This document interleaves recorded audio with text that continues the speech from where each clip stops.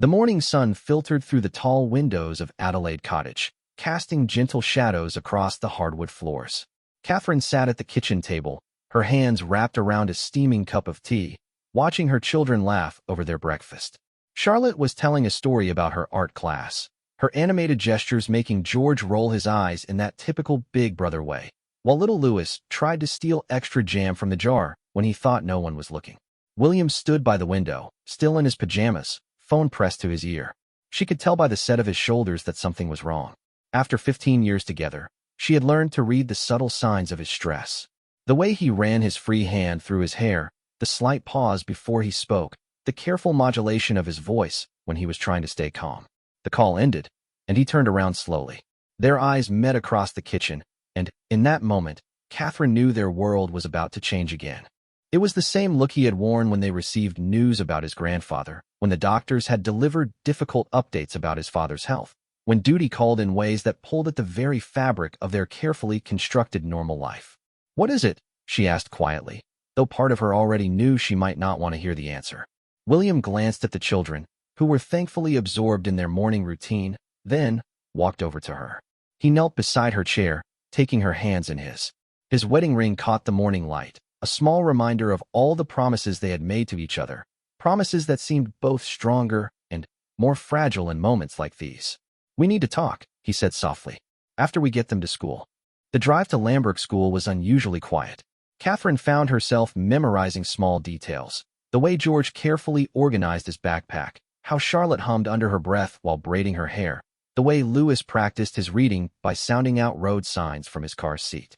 These moments felt precious suddenly, like photographs she needed to preserve in her memory. After dropping the children off, they drove to a secluded spot they had discovered years ago during their dating days. It was a small hill overlooking the countryside, far from prying eyes and cameras. They had come here when they needed to escape, to remember who they were beneath the titles and expectations. William parked the car and turned off the engine.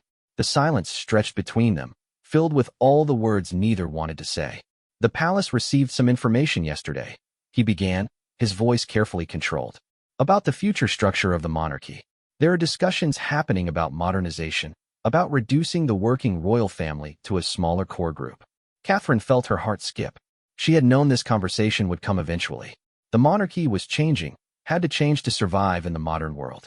But knowing something intellectually and living it emotionally were entirely different things. "What does that mean for us?" she asked, though she suspected she already knew. William looked out at the rolling hills, gathering his thoughts. "It means choices, Kate. Difficult ones. The kind we hoped we would never have to make." He explained the proposal that had been presented to him in a late-night meeting with senior palace officials. The monarchy was facing pressure to streamline, to become more cost-effective and relevant to modern Britain. The public was asking hard questions about the role of the royal family, about taxpayer funding, about what it meant to serve in an age of economic uncertainty. The proposal was radical: reduce the working royals to just the immediate line of succession. Charles as king, William as heir, and eventually George. Everyone else would step back from official duties, would be free to live more private lives, but would also lose the security, the support, and the sense of purpose that came with royal service. "They want us to choose," William said quietly, "between duty and family, between service and freedom." Catherine felt tears prick her eyes, not from sadness, but from the weight of understanding. This was not about them personally. This was about the future of an institution that had survived for over 1,000 years by adapting to each new age. This was about ensuring that George, and his children after him, would inherit something meaningful rather than an anachronism. "What do you want to do?" she asked. William turned to look at her, and she saw the conflict written across his face. "I want to have breakfast with my children every morning. I want to help Louis with his homework without worrying about state papers. I want to take you on holiday without it becoming a diplomatic incident. I want George to have a chance to be just George for a few more years." "But," she prompted gently, "but I also know what it means to walk away. What it means to the people who believe in what we represent. What it means for the future." Catherine reached over and took his hand. "Then, we don't walk away," she said simply. "We walk towards something different." William squeezed her hand, grateful for her understanding, but also knowing that she did not yet fully comprehend what such a decision would cost them. The proposal was not just about stepping back from royal duties. It was about stepping forward into a role that would be more demanding, more public, and more isolated than anything they had experienced before. If they chose to remain in the line of succession, to be part of the streamlined monarchy, it would mean accepting that their children would grow up even more in the public eye. It would mean giving up even more of their privacy, their spontaneity, their ability to live as a normal family. It would mean that every decision, every holiday, every school play, and sports day would be scrutinized and scheduled and security checked. But if they chose to step back, it would mean watching the monarchy they had been born and bred to serve transform without them. It would mean explaining to George one day why they had chosen personal happiness over duty, why they had walked away from a legacy that stretched back centuries. As they sat in the car overlooking the peaceful countryside, both of them understood that whatever they decided would change everything. Not just for them, but for their children, for the monarchy, and for the thousands of people whose livelihoods depended on the institution they represented. The weight of history pressed down on them, but so did the weight of love. Love for each other, love for their children, love for the life they had tried so hard to build together despite the extraordinary circumstances of their birth and marriage. "How long do we have to decide?" Catherine asked. 2 weeks, William replied. "They want an answer before the king's next meeting with Parliament. 2 weeks to decide the course of the rest of their lives. 2 weeks to choose between duty and freedom, between public service and private happiness. 2 weeks to determine what kind of legacy they wanted to leave for their children." As they drove home, Catherine found herself looking at everything differently. The security cars following at a discreet distance, the way William automatically checked his phone for urgent messages, the carefully planned route that avoided main roads and populated areas. All of it felt both familiar and, suddenly, potentially temporary. That evening, after the children were in bed, they sat together in their living room. William had built a fire, and Catherine had made tea. It was such a normal, domestic scene, but underneath the surface, they both felt the current of change pulling at them. "Whatever we decide," Catherine said softly, "we decide together. As a family." William nodded, pulling her closer to him on the sofa. "Together," he agreed. But even as they held each other, both of them knew that some decisions, no matter how much love surrounds them, leave scars that never fully heal. The choice ahead of them was not just about their future, but about who they were willing to become and what they were willing to sacrifice for duty, for love, and for each other. The next morning brought no clarity, only more questions. Catherine woke before dawn, unable to sleep, and found herself walking through their home as if seeing it for the first time. Every photograph on the mantelpiece told a story of their journey together. Their engagement photo with her sapphire ring catching the light, candid shots from family holidays, formal portraits from state occasions, and precious everyday moments captured by their personal photographer. She paused at a picture of George's first day at school. He looked so small in his uniform, clutching his lunchbox with both hands while trying to appear brave. Charlotte stood beside him, already confident and ready to take on the world, while Louis hid behind William's legs, thumb in his mouth. It was just 2 years ago, but it felt like a lifetime. The sound of William's footsteps on the stairs drew her from her thoughts. He appeared in the doorway, hair disheveled from sleep, carrying 2 cups of coffee. "Couldn't sleep either?" he asked, handing her a cup. She shook her head. "I keep thinking about what normal means for other families, and what it means for us." They settled on the window seat, watching the grounds of their home come alive with the morning shift change of their security team. Even here, in their most private space, they were never truly alone. "I called Harry last night," William said quietly. Catherine looked at him in surprise. The brothers' relationship had been strained for years, complicated by distance and different choices about royal life. But Harry was the only other person who truly understood the weight of royal duty and the cost of walking away from it. "What did he say?" William was quiet for a long moment. "He said freedom isn't free, that every choice has a price, and you have to decide which price you're willing to pay." "Do you think he regrets it?" Stepping back, "I think he regrets the pain it caused, but not the choice itself." William set down his coffee cup. He also said something else. He said that staying in a system that's breaking you isn't noble, it's just slow destruction. Catherine felt a chill run through her. "Do you feel like the system is breaking you?" William considered this carefully. "I feel like I'm becoming someone I don't recognize. Someone who schedules conversations with his own children, who can't make a decision about dinner without considering the diplomatic implications, who lies awake at night worrying about whether smiling too much at a state dinner might be misinterpreted by the press." The honesty in his voice broke something open in Catherine's chest. She had seen him change over the years, had watched the spontaneous young man she fell in love with become more guarded, more careful, more burdened by the weight of expectation. But you also love it, she said softly. The work, the service, the connection to history. I do, he admitted. When I visit hospitals and see how much it means to people, when I work on conservation projects and know we're making a real difference, when I represent Britain abroad and feel the pride of our people. Yes, I love it. So the question isn't whether to serve. It's how to serve. William turned to look at her, and she saw something shift in his expression. What do you mean? Catherine stood up and walked to the window. Outside, a groundskeeper was tending to the rose garden, carefully pruning each bush to ensure healthy growth. Sometimes cutting back was necessary for new life to flourish. What if stepping back isn't giving up? What if it's choosing a different kind of service? She turned back to William, her mind racing with possibilities. Think about it. If we step back from official duties, we lose the constraints, but we also lose the platform. But what if we created our own platform? What if we focused on the causes that really matter to us, without the protocol and the ceremony and the endless ribbon cuttings? William stood up slowly. You mean like a foundation? Private charitable work. I mean like being free to actually help people instead of just representing an institution that helps people. Catherine's voice grew stronger as the idea took shape. You could work full-time on mental health and conservation. I could focus on early childhood development and women's issues. We could travel where we're needed, not where protocol dictates. We could speak our minds, take real stands on issues, make actual change. But what about the children? What about George's birthright? Catherine walked over to him and took his hands. George is 8 years old. A lot can change in 10 or 15 years. Maybe by the time he's old enough to make his own choice, there will be other options. Maybe the monarchy will have evolved into something completely different. Maybe he'll have the freedom to choose his own path instead of having it chosen for him. William pulled her close, resting his chin on top of her head. You make it sound so simple. It's not simple. It's terrifying. But maybe that means it's right. That afternoon, they decided to talk to the children. Not about the specific decision they faced, but about change in general, about choices and consequences. They had always tried to be honest with their children about their unique circumstances while still allowing them to be kids.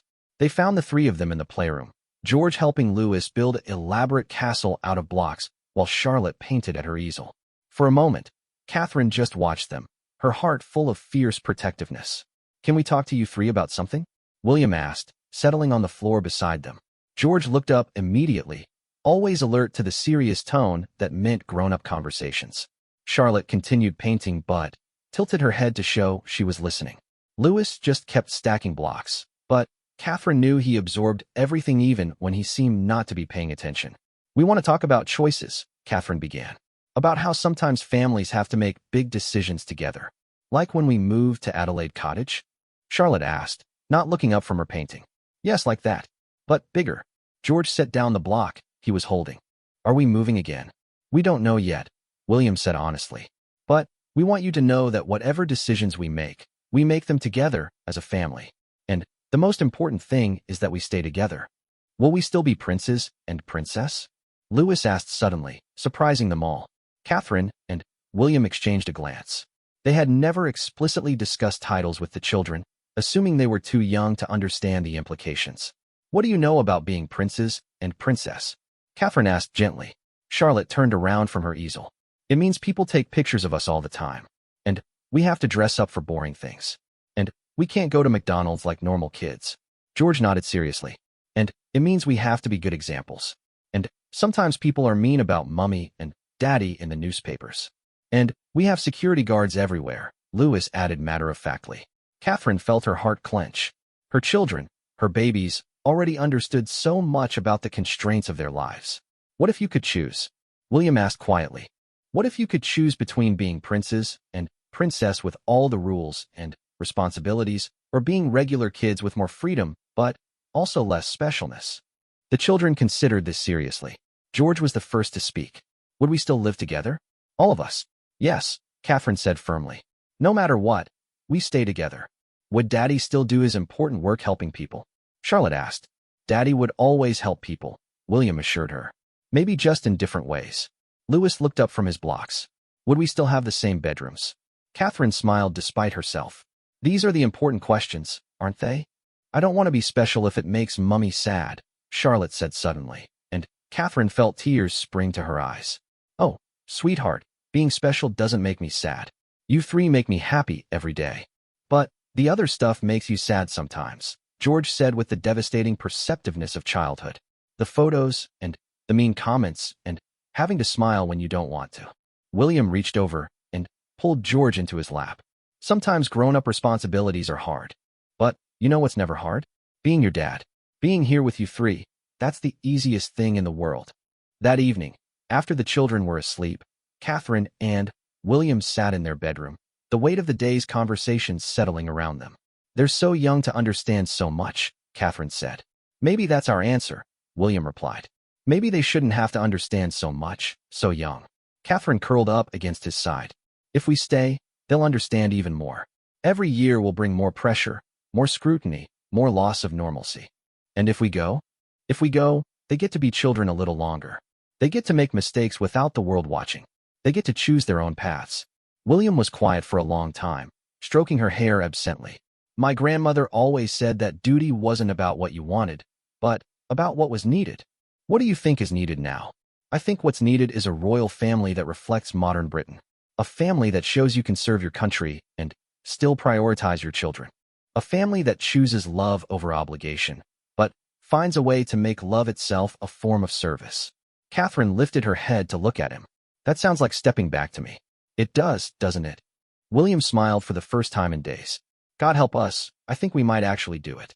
As they held each other in the darkness, both of them felt something shift. The fear was still there, the uncertainty, the weight of potentially disappointing millions of people. But underneath it all was something else, relief. The relief of choosing love, of choosing family, of choosing a future where their children could breathe freely. Tomorrow would bring phone calls to the palace, difficult conversations with family members, and the beginning of the most challenging period of their lives. But tonight, they were just William and Catherine, parents who wanted the best for their children, partners who had chosen each other above all else. The decision was made. Now came the hard part, saying goodbye to the life they had known and trusting that the life ahead would be worth the sacrifice. The morning William called his father to share their decision was gray and drizzling, the kind of English weather that seemed to mirror the heaviness in his heart. Catherine stood beside him in his study, her hand on his shoulder, as he dialed the familiar number. They had rehearsed this conversation a dozen times, but nothing could prepare them for the reality of it. Dad, it's William. Catherine, and I need to speak with you about the proposal.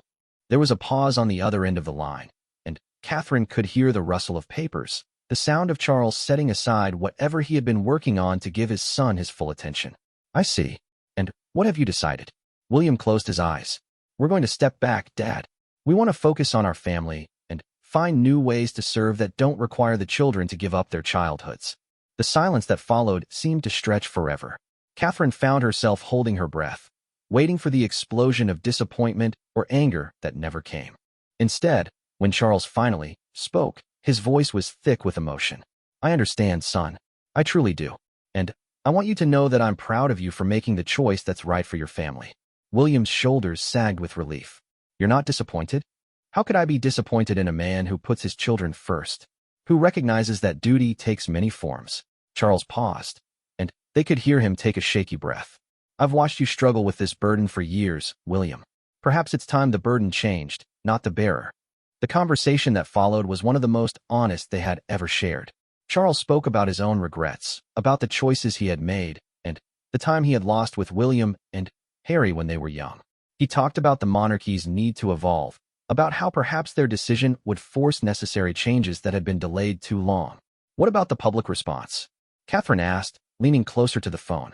Let me worry about the public response, Charles said firmly. You worry about your children. History will judge us all, but I'd rather be judged for protecting my grandchildren than for sacrificing them to tradition. After the call ended, William and Catherine held each other for a long time, both overwhelmed by the relief and the fear of what they had just set in motion. The next few days passed in a blur of phone calls and meetings. Palace officials came and went, legal experts discussed the implications of stepping back from the line of succession, financial advisors outlined their future security and independence.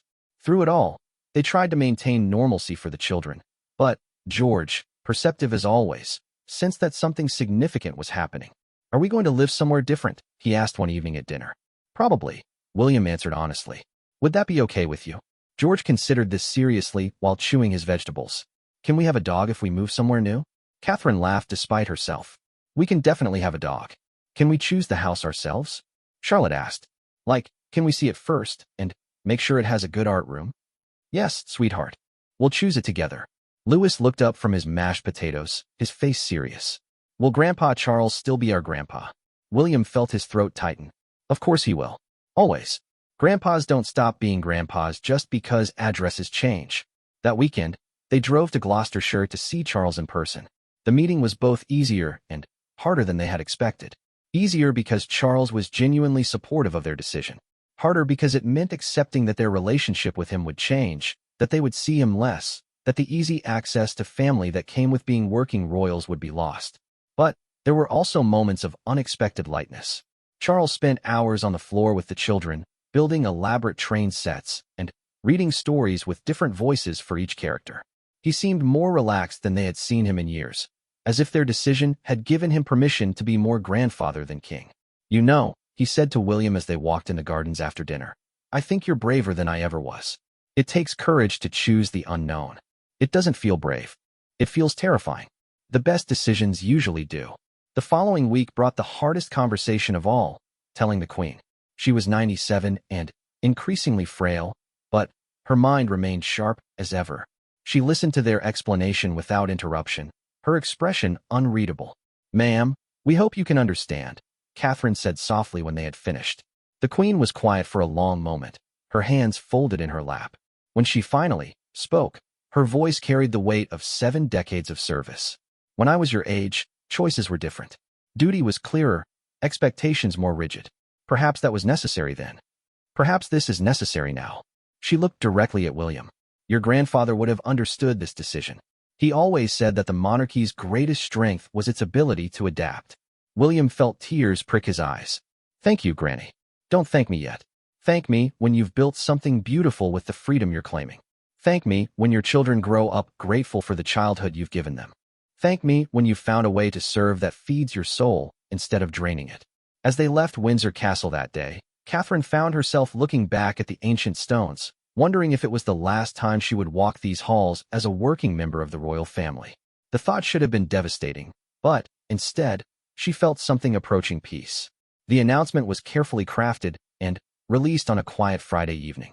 The statement spoke of their desire to focus on family life and their intention to continue supporting charitable causes in a private capacity.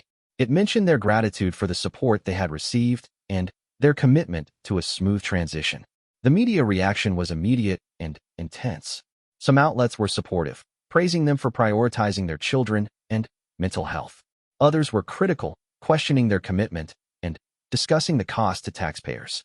Social media exploded with opinions ranging from heartfelt support to bitter disappointment.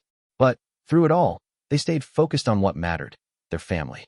They spent the weekend in virtual hiding, phones turned off, reading stories to the children, and playing board games by the fire. It felt like being in a protective bubble, separate from the chaos swirling around them. "Mummy, are people angry at us?" Charlotte asked on Sunday morning, having overheard fragments of news reports. Catherine sat down beside her daughter and pulled her close. "Some people are confused or disappointed, sweetheart. When people care about you, sometimes they have strong feelings when you make big changes. But we're not bad people for wanting to be a family. No, darling, we're not bad people. We're just people who made a choice that we believe is best for us." William appeared in the doorway, having just gotten off a call with their communications team. "The response is actually more positive than we expected," he said quietly to Catherine, "especially from young parents. There seems to be a lot of understanding about wanting to protect your children." That afternoon, they received an unexpected visitor. Harry had flown in from California, arriving with little fanfare and no press attention.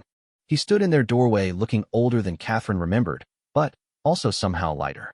The brothers embraced without words, and Catherine felt her heart lift. Whatever differences had grown between them over the years seemed less important in the face of this shared understanding of what it meant to choose family over institution. "How does it feel?" Harry asked as they sat in the garden, watching the children play. Terrifying and liberating in equal measure, William replied. How did you get through the first few months? One day at a time. And with a lot of faith that we were doing the right thing, even when it didn't feel right. Harry stayed for dinner, and for a few hours, it felt like old times. The children adored their uncle, and his easy laugh filled the house in a way it hadn't been filled in years. As he prepared to leave, he pulled Catherine aside. Thank you, he said simply. For what?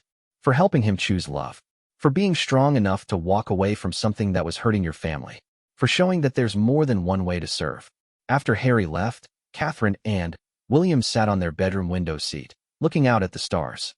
In 2 weeks, they would officially step back from royal duties. In a month, they would move to a new home, start a new life, begin the process of becoming private citizens. Any regrets? William asked softly. Catherine considered this seriously. I regret that it took us this long to realize we had a choice. I regret the pain our decision might cause other people. But I don't regret choosing us. Choosing them. She nodded toward the children's bedrooms. I love you, William said suddenly, fiercely. For your courage, for your wisdom, for standing beside me when I wasn't brave enough to stand alone. We're in this together, Catherine replied, the same words they had spoken to each other on their wedding day. All of it. The beautiful parts and the difficult parts and everything in between. As they prepared for bed, both of them felt the weight of the future settling around them. There would be challenges ahead, criticism to weather, a new identity to forge. They would have to learn how to be of service without being servants, how to maintain dignity without protocol, how to stay connected to causes they cared about without the platform of royal duty. But tonight, they were simply William and Catherine, parents who had chosen their children's well-being over public expectation, partners who had decided that love was not just a feeling, but a choice you made every day. Tomorrow would bring new challenges, but it would also bring new freedoms. And, for the first time in years, that felt like enough. 6 months after the announcement, Catherine stood in the kitchen of their new home, a converted farmhouse in the Cotswolds that they had chosen together as a family. The morning sun streamed through windows that had no bulletproof glass, across countertops where she could leave her phone without worrying about security protocols, into a space that was entirely their own. The adjustment had been more difficult than any of them had anticipated. Not the practical aspects, which had been handled with typical royal efficiency, but the emotional ones. The silence where there used to be constant communication from palace staff. The emptiness where there used to be a packed schedule of engagements. The strange freedom of making decisions without consulting anyone but each other. William had struggled the most with the transition. For 39 years, his life had been structured by duty and obligation. He had never had to wonder what his purpose was because his purpose had been predetermined at birth. Now, for the first time since childhood, he was faced with the question of who he wanted to be when no one was watching. I feel lost, he had confessed to Catherine one evening in February, 3 months after stepping back. They were sitting in front of the fire, the children asleep upstairs, snow falling softly outside their windows. Lost how? Catherine had asked gently. Lost like I don't know what I'm supposed to do with myself. For months, every day was planned for me. Every conversation had a purpose. Every appearance mattered to someone. And now you get to choose. I don't know how to choose. I don't know what I want when one is actually an option. Catherine had moved closer to him on the sofa, taking his hands in hers. What made you happy? In all those years of duty, what were the moments that felt real? William had thought about this for a long time. The hospital visits where I wasn't just cutting ribbons, but actually talking to patients. The conservation work where I could get my hands dirty. The mental health initiatives where I could speak from the heart instead of from a script. Then, let's start there. And they had.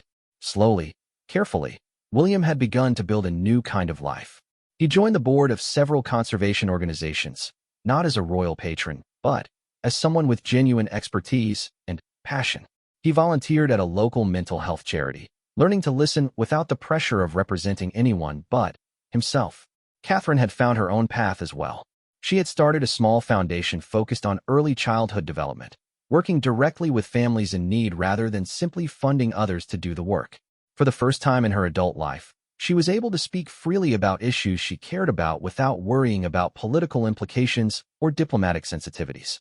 The children, meanwhile, had flourished in ways that surprised them all. George had joined the local football team and was learning to be just another kid on the pitch, celebrated for his skill rather than his surname. Charlotte had enrolled in art classes at the village community center, making friends with children who had no idea who her grandparents were. Lewis had started at the village primary school, walking to class each morning like any other 6-year-old. But there had been losses too. The sense of purpose that came with official duty. The platform to make large-scale change. The financial security of the Duchy of Cornwall. The protection that came with royal status. Most painfully, there had been the gradual realization that stepping back from royal duties meant stepping back from the royal family in ways they hadn't anticipated. Invitations to family gatherings became fewer. Casual phone calls from cousins stopped coming. The easy intimacy of shared experience was replaced by the awkwardness of explaining their new life to people who couldn't understand their choice.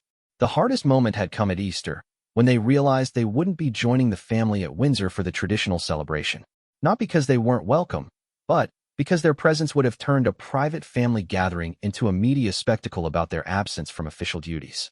"I miss them," William had said that morning, watching Charlotte hunt for eggs in their own garden, while knowing she was missing the elaborate hunt at Windsor with her cousins. "I know," Catherine had replied. "I miss the simplicity of belonging somewhere without question." But there had been compensations too. The first time George scored a goal, and looked to the sidelines to see his father cheering without any security detail or press photographers. The afternoon Charlotte came home from art class chattering excitedly about her new friend Emma, who had invited her for a sleepover without background checks or advanced security sweeps. The morning Lewis had skinned his knee walking to school, and his only concern was whether his teacher would have good plasters, not whether the incident would appear in the tabloids. As summer approached, they had settled into rhythms that felt natural rather than imposed. William would drive the children to school himself, stopping at the village bakery for coffee and pastries. Catherine would spend her mornings working on foundation projects from her home office. The door always open so the children could interrupt with questions or stories. Evenings were sacred time. Dinner together at the kitchen table, homework spread across the counter, stories read aloud in the sitting room. No official phones, no state papers, no urgent calls from private secretaries. Just the ordinary magic of family life. One particular evening in June, as they sat in their garden watching the children play cricket with the neighbors, Catherine felt a profound sense of peace settle over her. The decision to step back had been the right one, even with all its challenges and losses. "Do you remember what you said to me that morning in the car?" she asked William. "About wanting to have breakfast with your children every morning?" William smiled, watching Lewis attempt to bowl while George patiently demonstrated the proper technique. "I do. We're having breakfast with them every morning. We are. And lunch. And dinner. And bedtime stories. And all the small moments in between." William reached over and took her hand. "No regrets. About stepping back? None. About waiting so long to do it? A few." That night, after the children were asleep, they received an unexpected phone call. It was Charles, calling from Scotland where he was spending his summer holiday. "I wanted to tell you both something," he said, his voice clear and strong despite the late hour. "I've been watching what you've built these past 6 months, and I want you to know how proud I am." Catherine felt tears spring to her eyes at the emotion in his voice. "You've shown that service doesn't have to mean sacrifice. That duty doesn't have to mean losing yourself. That it's possible to honor tradition while choosing love." William cleared his throat. "Dad, no, let me finish. I've made many mistakes in my life, but the biggest was believing that being a good king meant being a distant father. You've proven that wrong. You've shown your children that they matter more than any crown, any duty, any expectation." After the call ended, William and Catherine sat in their darkened living room, overwhelmed by gratitude and grief in equal measure. Gratitude for the support they had received, for the life they had been able to build. Grief for the years when they had believed they had no choice, when duty had felt like a prison rather than a privilege. "The children will never have to choose between duty and love," Catherine said softly. "No," William agreed. "We made that choice for them." As they made their way upstairs to bed, Catherine paused in the hallway to look at the photographs lining the walls. Pictures of their wedding day, still radiant with possibility. Images from official engagements where they looked poised but somehow distant. Recent snapshots from village fairs and school sports days where their faces were relaxed, genuine, alive with present-moment joy. The progression told a story of transformation, of people learning to choose themselves without losing their commitment to others. It was a love story, but not just between William and Catherine. It was a love story between parents and children, between duty and freedom, between tradition and evolution. Tomorrow would bring new challenges and new joys. George would have football practice, Charlotte would work on a painting for the village art show. Louis would read his favorite book for the dozenth time. William would meet with conservation colleagues about a new project. Catherine would visit families participating in her foundation's programs. They would live the life they had chosen. Not perfect, not without loss, but authentic in a way their previous life had never been. They had traded certainty for freedom, status for privacy, a guaranteed future for the right to write their own story. And, as Catherine slipped into bed beside William, listening to the sounds of the countryside outside their window, she knew with absolute certainty that they had chosen well. Not just for themselves, but for their children, for their marriage, for their souls. The quiet goodbye to their royal life had led to a hello to something far more precious. The chance to be fully present for the people they loved most. 2 years had passed since their quiet goodbye to royal life, and Catherine found herself standing in the wings of a small theater in their village, watching George rehearse for the school nativity play. He was playing a shepherd, his costume slightly too big, his lines delivered with the earnest concentration that had always characterized her eldest son. This moment would have been impossible in their former life. The security implications, the media attention, the disruption to other families would have made his participation unthinkable. But here, now, George was simply another child in the village school production, nervous about his performance and excited to see his grandparents in the audience. Charles and Camilla had driven down from London for the evening, quietly taking their seats in the back row like any other proud grandparents. The relationship between William and his father had deepened since their decision to step back, strengthened by mutual respect and the absence of institutional pressure. 5 minutes to places, called the teacher directing the production, and Catherine felt the familiar flutter of maternal nerves. Not about protocol or public perception, but about whether George would remember his lines and if Charlotte, playing an angel in the background, would resist the urge to wave at everyone she knew in the audience. William appeared beside her, having just helped Louis find his seat next to Charles and Camilla. At 8 years old, Louis was still young enough to be delighted by the magic of live theater, especially when it featured his siblings. "How's he doing?" William whispered, nodding toward George. "Nervous, but ready," Catherine replied. Just like his father before any important moment. William smiled, and she noticed how much more relaxed his face had become over the past 2 years. The permanent tension around his eyes had softened, the careful guardedness in his expression replaced by genuine ease. The curtain went up, and, for the next hour, Catherine and William were simply proud parents, recording their children's performances on their phones like every other family in the audience. When George delivered his lines perfectly, and Charlotte remembered to keep her wings straight, they felt the pure joy that came with their children's small triumphs. After the performance, they gathered outside the theater in the crisp December air, accepting congratulations from other parents and neighbors. Charles bent down to speak with George about his performance, his face glowing with genuine pride. Camilla was admiring Charlotte's angel costume while Louis explained in great detail the technical aspects of the lighting system he had observed from the audience. "Ice cream," suggested William as they walked toward their cars. "It's December," Catherine pointed out with a laugh. "Ice cream for celebration transcends seasons," Charles declared solemnly, making all 3 children giggle. They ended up at the village pub, which had a small parlor where families could gather. As they settled around a table with ice cream sundaes and hot chocolate, Catherine felt a wave of contentment so profound it almost brought tears to her eyes. This was what they had chosen. This ordinariness, this ability to be spontaneous, this freedom to make decisions based on what would make their children happy rather than what would satisfy protocol. "Grandpa," Charlotte said suddenly, "do you ever miss having us around all the time?" Charles set down his spoon and considered her question seriously. "I miss seeing you as often as I used to," he said. "But I love seeing how happy you are. And sometimes the best gift you can give someone you love is the freedom to grow in their own way." Later that evening, after Charles and Camilla had driven back to London and the children were asleep, William and Catherine sat in their living room wrapping Christmas presents.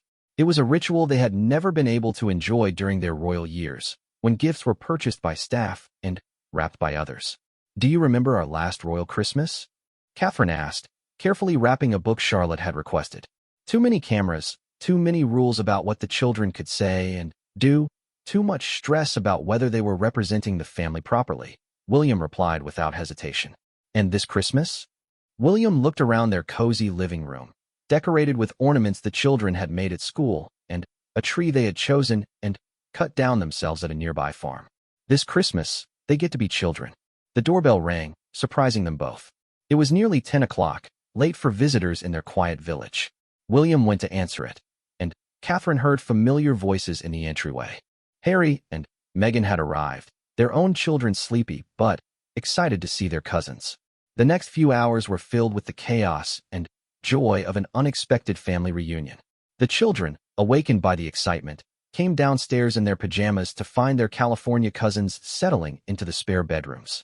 Harry and William stayed up until nearly dawn, talking in a way they hadn't for years, the old ease between them gradually returning as they shared stories of parenthood and the challenges of forging their own paths. "I never thank you properly," Harry said as they sat by the dying fire, everyone else finally asleep. "For what?" "For choosing the same thing we did. For showing that it's possible to love the family and leave the institution. For proving that stepping back doesn't mean stepping away from what matters." William was quiet for a moment. "I think we both discovered that the family is stronger when its members are free to choose their own way of serving." Christmas morning dawned bright and clear, the house full of children's laughter and the comfortable chaos of an extended family gathering. Catherine found herself in the kitchen with Meghan, preparing breakfast for 9 people, marveling at how natural it felt to have the house full again. "How has it been?" Meghan asked quietly as they worked side by side. "The transition, the new life?" Catherine considered how to answer. "Harder than we expected in some ways. We had to grieve the loss of purpose that came with official duty. But also easier, because we discovered that we hadn't lost our purpose. We had just changed how we expressed it."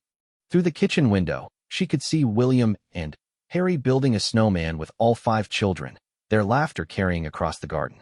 Charles had arrived an hour earlier with additional presents and was currently helping Louis master the art of hot chocolate making. "The children seemed so settled," Meghan observed. "That was the point," Catherine replied simply. "Everything we did was about giving them the chance to be children, to make mistakes privately, to discover who they are without the weight of public expectation." That afternoon, as they all sat around the living room amid wrapping paper and new toys, George made an announcement that stopped all adult conversation. "I'm glad we're not working royals anymore," he said matter-of-factly, not looking up from the book he was reading. The adults exchanged glances over the children's heads. It was the first time any of the children had directly commented on their changed circumstances. "Why is that, darling?" Catherine asked gently. George looked up, his expression serious. "Because now when people are nice to me, I know it's because they actually like me, not because they have to be nice because I'm a prince." The simple wisdom of his words hit the adults like a physical blow. This was what they had given their children, the chance to be valued for who they were rather than what they represented. Later that evening, as the extended family gathered around the table for Christmas dinner, Charles raised his glass in a toast. "To families who have the courage to choose love over duty, freedom over tradition, and authenticity over expectation," he said, his voice thick with emotion. "And to grandchildren who will never have to wonder whether they are loved for themselves or for their titles." As they clinked glasses, Catherine caught William's eye across the table. In that glance, she saw everything they had been through together, the agonizing decision to step back, the difficult transition period, the gradual building of a new life based on their own values rather than inherited obligations. She also saw everything they had gained. Children who felt free to be themselves, a marriage strengthened by shared purpose, extended family relationships healed by the absence of institutional pressure, and a way of life that honored their commitment to service while prioritizing their commitment to each other. The quiet goodbye to their royal life had been painful, but it had led to something infinitely more precious, the chance to be fully present for their children's childhood, to build a marriage based on partnership rather than protocol, to serve others from a place of choice rather than obligation. That night, as Catherine tucked the children into bed, each of them glowing with the satisfaction of a perfect family Christmas, she realized that their greatest royal duty had been stepping back from royal duty. By choosing their children's well-being over public expectation, they had shown that true service sometimes means having the courage to say no to what others expect in order to say yes to what your family needs. "Mummy," Charlotte whispered as Catherine turned off her bedroom light, "this was the best Christmas ever." "Why is that, sweetheart?" "Because everyone was just happy. Not worried about anything. Just happy to be together." As Catherine made her way back downstairs to rejoin the adults, she carried Charlotte's words with her like a benediction. They had made the right choice. Not the easy choice, not the expected choice, but The right choice for them, for their children, for their marriage, for their souls. The quiet goodbye had led to a hello that was worth every sacrifice they had made along the way. They had traded titles for freedom, duty for choice, public service for private joy.